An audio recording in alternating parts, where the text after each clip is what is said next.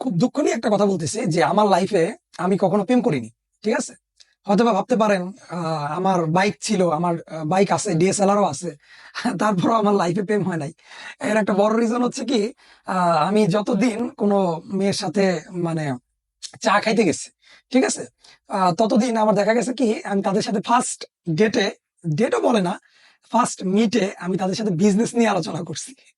এবং কোনো মেয়ে মনে হয় না যে সে তার বয়ফ্রেন্ড থেকে বিজনেস নিয়ে কোনো বা ব্যবসা নিয়ে সে কোনো প্রকার ইন্টারেস্ট ফিল করছে।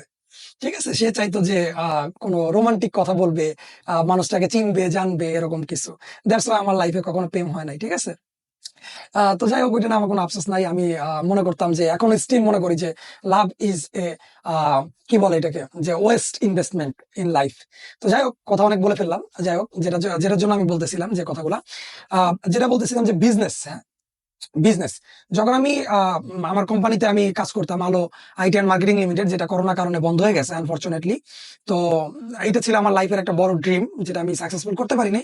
তার মানে এই না যে আমি থেমে থাকছি। আমি অনেক আলাদা বিজনেস করছি, আমি অনেক জবের সাথে ইনক্লুড ছিলাম, অনেক জায়গায় কাজ করছি, অনেকে ফ্রিল্যান্সিংও করছি, সবই করছি। ঠিক আছে, আমি মনে হয় মাত্র 2 থেকে আড়াই ঘন্টা ঘুমাইতাম দিনের মধ্যে। তো যাই হোক, আমি যেটা বলতেছিলাম যে যখন আমি বাস কোম্পানির এক মালিকের সাথে কথা বলি যে আঙ্কেল, আপনি কিভাবে বিজনেস স্টার্ট করলেন। তিনি ছিলেন মেরিন ইঞ্জিনিয়ার, তিনি প্রায় 25 বছর জাহাজে কাজ করছেন। ঠিক আছে, তো বলতেছে বাবা, আমি একটা টাইমে প্রচুর টাকা ইনকাম করছি মেরিনে থেকে। ঠিক আছে, তো এত টাকা দিয়ে আমি কি করব, মানে মানে যে এত টাকার মালিক, যে ব্যাংক তার কাছে আসছে লোন দেওয়ার জন্য, সে বলতেছে আপনার যদি লোন লাগে আমাদের বললেন, ঠিক আছে, আমি দিব, এরকম আর কি। যাই হোক, জোকস অফ এ পার্ট। তো মানে সে ভালো এস্টাবলিশ একজন বিজনেসম্যান। তো সে আমাকে বললো যে আমি প্রথম আমার বিজনেসটা শুরু করি 2006-7-এর দিকে আর কি। প্রথমে ঢাকায় এসে আমি দেখলাম, প্রথম প্রবলেম যেটা ফাইন্ড আউট করলাম, ইঞ্জিনিয়ার তো পাগলা টাইপ, মাথার স্কুল একটু ঢিলা থাকে ইঞ্জিনিয়ারদের। তো সে প্রথমে যে চিন্তা করলো, সে বিজনেস করবে। আচ্ছা, কিসের বিজনেস করবে? সে প্রথমে প্রবলেম ফাইন্ড আউট করলো। Problem find out is the core process of your business. আগে আপনাকে প্রবলেম ধরতে হবে, কোথায় প্রবলেমটা হচ্ছে। সে প্রবলেম ফাইন্ড আউট করলো কি, যে ঢাকায় প্রচুর পরিমাণে বিদ্যুৎ যেতেছে। 2006 থেকে 2012 সাল পর্যন্ত ঢাকায় প্রচুর বিদ্যুৎ যেত। এবং মানে 2006 সম্ভবত না, 2006 না, আমি ভুল বলতেছি, 2002 সালের দিকে, 2000 থেকে 2002 সালের দিকে, কারণ অনেক আগের ঘটনা তো, আমি ভুলে গেছি অনেক কিছু। যাতে মনে থাকে এর জন্য আসলে ভিডিওগুলো বানান, কারণ এগুলো আসলে অনেক বড় একটা লেসন আমার জন্য। তো তখন জেনারেটর খুব চলতো ঢাকা শহরে। যারা বসবাস করেন তারা 2002 থেকে 2005-6 সাল পর্যন্ত দেখবেন জেনারেটর চলতো, অনেক চলতো। কর্পোরেট জায়গায় জেনারেটর অনেক দেওয়া হইতো আর কি।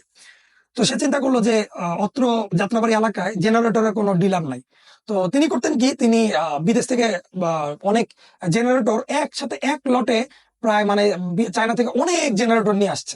পুরো যাত্রাবাড়িতে শুধু তিনি একমাত্র জেনারেটরের ডিস্ট্রিবিউটর। তো তিনি বলতেন, আস্তে আস্তে বলতেছেন আমাকে চা খেতে খেতে, যে বাবারে, আমি তখন যখন ব্যবসা করি তখন এত কিছু ছিল না, এত রুলস এন্ড রেগুলেটরি ছিল না।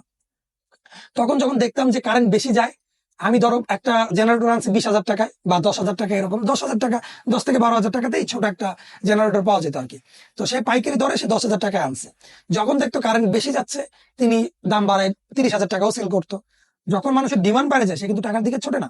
বর্তমানে দেখেন, যখন আগুন লাগে, এই যে আমাদের সম্প্রতি কয়েক জায়গায় আগুন লাগছে, বেলি রোডে আগুন লাগছে, বিভিন্ন গুদামে আগুন লাগছে, তখনই বিভিন্ন হসপিটাল, বিভিন্ন কর্পোরেট জায়গা, তারা নতুন করে ফায়ার মানে এক্সটিংগুইশার বা ফায়ার বল বা সেফটি যে জিনিসগুলা, এগুলোতে তারা খুব কেনার জন্য আগ্রহী হয়ে পড়ছে। ঠিক আছে, তো ওই যে ডিমান্ড অ্যান্ড সাপ্লাই, সে দেখছে ডিমান্ডটা আছে, সাপ্লাই হবে, সাপ্লাইও সে নিয়ে আসছে। এখন যখন দেখতো যে কারেন্ট বেশি যাইতেছে, সে কি করতো, কি দাম বাড়ায় দিত। ঠিক আছে, 10,000 টাকার মাল সে 30 থেকে 40,000 টাকাও সেল করতো ওই টাইমে। ওই 2010 থেকে 12 মানে 2000 থেকে 2006 সালের কথা বলতেছি। তারপর তিনি দেখলেন যে জেনারেটর থেকে খুব বেশি মানুষ এখন, মানে তারপর সে প্রায় ভালো একটা চাঙ্গা বিজনেস করছে। কারেন্ট কম যেত, সে প্রাইস কমায় সেল করতো। কারেন্ট বেশি যেত, জেনারেটর বেশি দামে সেল করতো। ইভেনচুয়ালি তার সে একটা বড় জেনারেটর কিনছে। কোথা থেকে কিনছে আমার ঠিক মনে নাই। সে ওটা কিনছে 1.5 কোটি টাকা দিয়ে। ঠিক আছে, তখন এটা আমি ঘটনাটা বলছি 2017 সালের ঘটনা। সে 1.5 কোটি টাকা দিয়ে একটা জেনারেটর কিনছে, এবং সেই জেনারেটরটা সে রূপপুর পারমাণবিক বিদ্যুৎ কেন্দ্রে ভাড়া দিছে। তা আমাকে বললো যে বাবারে, আমি ভাড়া দিয়ে ওই জেনারেটর থেকে প্রায় 5 গুণ বেশি ভাড়া পাইছি। আই ডোন্ট নো এটা ট্রু অর মানে ফলস, আমি এটা যাচাই করিনি, যা বলছে আমি তাই বলতেছি। অনেক আছে রেফারেন্স নিয়ে বসে, ভাই আমি এত রেফারেন্স নিয়ে বসি না। যদি আমার কথা বিশ্বাস হয়, করলে করবেন, না করলে নাই। এত কিছু আমি মানে ডেসক্রিপশন বক্সে দিব না। আমার প্রুফের দরকার নাই তো এত। ঠিক আছে, আপনারা শুনলে শুনবেন, না শুনলে প্লিজ লিভ দিস মিটিং। আমার আপনাদের জ্ঞান দেওয়া আমার কোনো মানে কি বলে, আমার এখান থেকে ইনকাম হবে না। ঠিক আছে, তো আমি শুধু এতটুকু জানাইতে চাই যে বিজনেস রিলেটেড যারা আসলে আগ্রহী, কোথা থেকে বিজনেস কিভাবে করে মানুষ, এই জিনিসগুলো বলার জন্য বলতেছি আসলে। ধরেন আমার কথাটা পুরোটাই ধরে নেবেন মিথ্যা, তাইলে আমার কাছে মনে হয় বেস্ট হয়। ওই যে যাহা বলিব মিথ্যা বলিব, মিথ্যা, তাহলে আমার জন্য মনে হয় যে এটা এক প্রকার মানে নাটকের মতো। চিন্তা করবেন যে ওই আয়রন ম্যান গিয়ে পুরো পৃথিবী বাঁচাইতেছে, কিন্তু করোনার সময় আয়রন ম্যানকে খুঁজে পাওয়া যায় নাই। মিথ্যা ধরে ধরে নেন, ভালো হবে এটার জন্য। তো যাই হোক, যেটা বলতেছিলাম, তো এটা হলো একজনের ঘটনা। তারপর আমি যখন আইওটি নিয়ে কাজ করা শুরু করলাম, দেখা গেল যে আমাদের আইওটির অনেক প্রোডাক্ট লাগবে, অর্ডিনো লাগবে, রাসবেরি পাই লাগবে, আরো অনেক গ্যাজেট লাগবে, ক্যাপাসিটর লাগবে, মানে মাথা নষ্ট, সার্কিটের মতো মাথা নষ্ট হয়ে গেছে এরকম অবস্থা আর কি। তো যাই হোক, তখন আমরা গেলাম কোথায়, বা ঢাকা শহরে যদি আপনি আইওটি ডিভাইস কিনতে যান, তাহলে বেস্ট প্লেস হচ্ছে পাটুয়া টুলি। আমি নামটা আবারও বলতেছি, পাটুয়া টুলি। এটা সদরঘাটের পাশে অবস্থিত। আমি সেখানে গেলাম, তো অনেক মাল অর্ডার করছে, প্রায় লাখ টাকার উপরের মাল অর্ডার করছে আমি। তখন আমার সাথে ওই যে সেলার, তার সাথে আমার খুব ভালো একটা পরিচিত হইলো। আমি যখন জিজ্ঞাসা করলাম, আঙ্কেল কি অবস্থা, কেমন আছেন, যে আপনার ছেলে মেয়ে কি করে, কোথায় আছেন? বলতেছে, বাবা আমার তো দুইটা ছেলে, একটা ছেলে বর্তমানে আমেরিকাতে পড়াশোনা করতেছে, আর একজন হচ্ছে নিউজিল্যান্ডে পড়াশোনা করতেছে। আমি বললাম, আঙ্কেল এতটুকু একটা দোকান দিয়ে আপনি আহ এত টাকা বেয়ার করতে পারেন? তো বললো, বাবারে আমি এই বিজনেস ছেড়ে দিব। হয়তো তুমি জানো না, আমার ধানমন্ডিতে আমার একটা বাড়ি আছে, প্রায় 4 তলা বাড়ি, ডুপ্লেক্স ফ্ল্যাট ওইখানে। সেইখানে তার একটা মানে বাস্কেটবল কোর্টও আছে। দম নেন, একটু দম নেন। ঠিক আছে, আমি শুনি না, আমি আকাশ থেকে পড়ছি আসলে, যে একটা পাটোয়াটুলির ছোট্ট একটা দোকান, ছোট্ট, সেই ছোট্ট দোকান থেকে তার ওইখানে তার মানে ধানমন্ডি থেকে সে গাড়িতে করে আসে পাটোয়াটুলিতে ব্যবসা করার জন্য। তো বললাম, আঙ্কেল আমরা তো বিজনেস শুরু করছি, আপনার মূল মন্ত্রটা কি, আপনি তো ছেড়ে দিবেন, আমরা তো শুরু করতেছি, আমাদের একটু কিছু গাইড দেন আসলে। তো বললো যে, বাবা, আমার বাবার বয়সী আসলে উনি, তো খুবই রেসপেক্টেড একজন পার্সন, খুবই অমায়িক একজন পার্সন আসলে।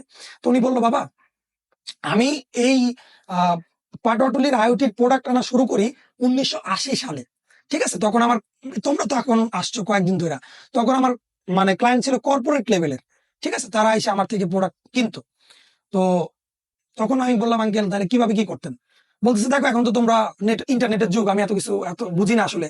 তারপর আমি দেখছি যে আলিবাবাতে বা আলি এক্সপ্রেসে, মানে বিভিন্ন জায়গায় আছে, আমাজনে আছে, তোমরা একটা প্রোডাক্টের দাম ওইখান থেকে দেখে নাও, দেখে এসে আমার সাথে তর্ক করো যে, স্যার আঙ্কেল ওইটার দাম তো ওইখানে এত, আপনি এরকম দাম চাচ্ছেন কেন, দাম দরাদরি করো। বাট আমি যখন 1980 সালে আমি এগুলা আনি, তখন এগুলোর দাম কেউই জানতো না, কেউ জানতো না, কোনো আইডিয়াই ছিল না। বিভিন্ন জায়গা থেকে টেন্ডার আসতো, টেন্ডার থেকে লোকরা আসতো, আমি তাদেরকে পুরো লট ভর্তি মাল দিয়ে দিতাম। ঠিক আছে, তার একটা গোডাউন আমাকে দেখাইলো, যে বিশাল গোডাউন, সে ওইখানে শুধু আইওটির প্রোডাক্ট, বিভিন্ন প্রোডাক্ট সার্কিট মার্কিট দিয়ে ভরা তার ওইখানে। ঠিক আছে, তো বলতো এমন কোনো প্রোডাক্ট নাই যে আমার কাছে ছিল না। তারা আমাকে কল দিত, বলতো যে ভাই আমার লাগবে, আমি তাদের বলতাম আপনার ডেডলাইন কবে। যদি বলতো ডেডলাইন দেরি আছে, আমি শিপে আনাইতাম, জাহাজে আনাইতাম। আর যদি আর্জেন্ট লাগতো, আমি বিমানে আনাইতাম, বিমানে করে। ঠিক আছে, এলসি করে সে আনাইতো। এবং সে মানে প্রায় 10x পরিমাণ প্রফিট সে জেনারেট করতো। ধরেন একটা প্রোডাক্টের দাম 2 টাকা, সে সেটা 10 টাকা 12 টাকা করে সেল করতো। এখন বুঝেন তার ক্যাপাসিটি কতটুকু, সে বিজনেসটা বুঝতো আসলে। ঠিক আছে, এখন সে বলতেছে আমি এখন বিজনেস ছেড়ে দিব, কারণ অনেক কম্পিটিটর চলে আসছে, অনেকে এই ব্যবসা করতেছে। যে ব্যবসা সবাই করতেছে, সেই ব্যবসার মধ্যে আমি নেই। আমি ইউনিক জিনিস নিয়ে আসছি, ইউনিক সেল করছি, ব্যবসা ধুমায় চলছে। এখন আর আমার দরকার নেই, আমি পুঁজি আমার হয়ে গেছে, আমার এখন আর দরকার নেই আসলে। ঠিক আছে, 2টা এক্সাম্পল দিলাম, আরো এক্সাম্পল হয়তো বা ফিউচারে দিব। আমার আসলে মনে পড়ে না, একটা ডায়েরি রাখা উচিত ছিল আমার, আমি সময় পাইনি। এখন চেষ্টা করতেছি একটা ডায়েরি বা একটা ওয়েবসাইট ব্লগ লেখার ট্রাই করতেছি। যাই হোক, ওইটা কথা না। তো এইভাবেই আসলে আমার মধ্যে বিজনেস মাইন্ডসেটটা তৈরি হয়েছে। আমি স্টার্টআপ বাংলাদেশে জয়েন করছি। আমি রবি, আমার জন্য লাইফের যে বেস্ট পার্ট ছিল সেটা হচ্ছে রবি থেকে দিছিল আমাকে 3 দিনের lean up startup program. Lean startup program, আমি হয়তো ছবি দেখাবো, হয়তো বা আমার এখানে ছবি আছে, এই যে দেখতে পাচ্ছেন, হয়তো বা স্টার্টআপ বাংলাদেশের একটা ছবি আছে, আরো ছবি আছে। আমি অনেক জায়গা থেকে মেডেল পাইছি আমার আইডিয়ার জন্য, ফান্ড পাইছি গভর্নমেন্টের থেকে, মানে গ্র্যান্ট পাইছি আমার এই কাজের জন্য, ইনোভেটিভ কাজের জন্য। সো ওগুলো পরে এক সময় বলবো, কোনো এক সময়। বাট এইগুলো হচ্ছে বেসিক জিনিস। আপনি ভুল করবেন শিখবেন, ভুল করবেন শিখবেন, আবার আপনাকে ঘুরে দাঁড়াইতে হবে। আপনি যদি আজকে জবের জন্য প্রিপারেশন নেন, আপনি যদি খুব ট্যালেন্টেড হন, হ্যাঁ আপনি এক চান্সে জব পেয়ে যেতে পারেন। বাট আমি অনেককে দেখছি স্লো অ্যান্ড, ওই যে একটা কথা বলে যে কচ্ছপ আর খরগোশের ঘটনা, যে slow and steady wins the race. এর অর্থ হচ্ছে আপনি স্লো থেকে শুরু করেন, আস্তে আস্তে আপনি জয়ী হতে পারবেন। আমি এমনও পার্সন দেখছি যে 200+ এক্সাম দিয়ে সে ভালো একটা পজিশনে জব পাইছে, 200+। এখন সে যদি প্রথম পরীক্ষা দিয়ে ফেল হয়ে যেত, দৌড় পরীক্ষা দিতেছি, পাস করতেছি না, বাদ, আমার দ্বারা হবে না কিছু, ঠিক আছে, তাইলে তার জন্য আর যাই হোক, মানে মানে চাকরি না, সে ধৈর্য ধরে প্রায় 5-6 বছর ধরে এক্সাম দিয়ে সে একটা ভালো পজিশনে গেছে।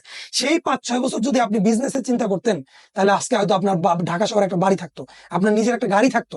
আপনার কি আছে, আপনার ফ্যামিলি কি আছে, আপনি জব করতেছেন, very good, I appreciate it. But আপনার জব কি আপনার সন্তান পাবে? যে বিজনেস করছে, যার একটা 6 তলা বাড়ি আছে, গাড়ি আছে, বিজনেস আছে, তার যদি কিছু একটা হয়ে যায়, তার কিন্তু তার যে সন্তানরা আছে তারা কিন্তু সেটা উত্তরাধিকার সূত্রে পাবে। আপনি কিন্তু যে জবটা করতেছেন সেটা কিন্তু আপনার ছেলে মেয়ে বা আপনার যে পরবর্তী প্রজন্ম, তারা কিন্তু উত্তরাধিকার সূত্রে পাবে না। মাথায় রাখতে হবে কিছু জিনিস, আপনার বোঝার বয়স আছে। যখন আমি ঢাকা ভার্সিটিতে প্রথম ভর্তি হই, তখন আমাকে আমাদের প্রথম যে স্যার ছিলেন, স্যারটার নামটা ভুলে গেছি, সম্ভবত ফারুক স্যার ছিলেন, খুবই অমায়িক একজন মানুষ। তিনি আমাদেরকে ফার্স্টে এসে বলছেন, দেখেন, আপনারা কিন্তু এখন এমন একটা পর্যায়ে আছেন যাদের পজিশন হয়তো বা আমার থেকে উপরে পড়ালেখা করতে আসছেন, সো আপনারা কিন্তু এখন বোকা না, বা আপনারা কোনো স্টুডেন্ট না, আপনাদেরকে ধরা ধরা পড়াইতে হবে, ব্যাট দিয়ে পিঠে পড়াইতে হবে। আপনারা আসছেনই পড়তে, পড়ালেখা আপনার উপর, আপনি যদি পড়তে চান পড়বেন, না পড়লে নাই, আমাদের কোনো কিছু যায় আসে না, ঠিক আছে। যদি পড়তে চান আমরা পড়াবো, আমরা আমাদের বেস্ট এফোর্ট দিব, বাট পড়াটা আপনার নিজের, আপনি পড়বেন কিনা এটা আপনার ব্যাপার। সো অনেক কথা বলে ফেললাম, অনেক কথা বললাম। ভালো থাকবেন সবাই, ঠিক আছে। হাল ছাড়বেন না। যদি আজকে ফেলার হয়েছেন, 10 অনেক, জ্যাক মা বলেন, মার্ক জাকারবার্গ বলেন, বিল গেটস বলেন, অনেক ফেইলার প্রোডাক্ট তারা লঞ্চ করছে যা মার্কেটে চলে নাই। থেমে থাকছে? থেমে কিন্তু থাকে নাই। আপনি আজকে অ্যাপেলের একটা, মানে অ্যাপেল কোম্পানি নিয়ে একটু রিসার্চ করবেন, তাদের অনেক প্রোডাক্ট মার্কেটে ফেল হয়েছে, অনেক প্রোডাক্ট কোটি কোটি টাকা লস হয়েছে। বিজনেস ছাড়ছে? ছাড়ে নাই। So that's it.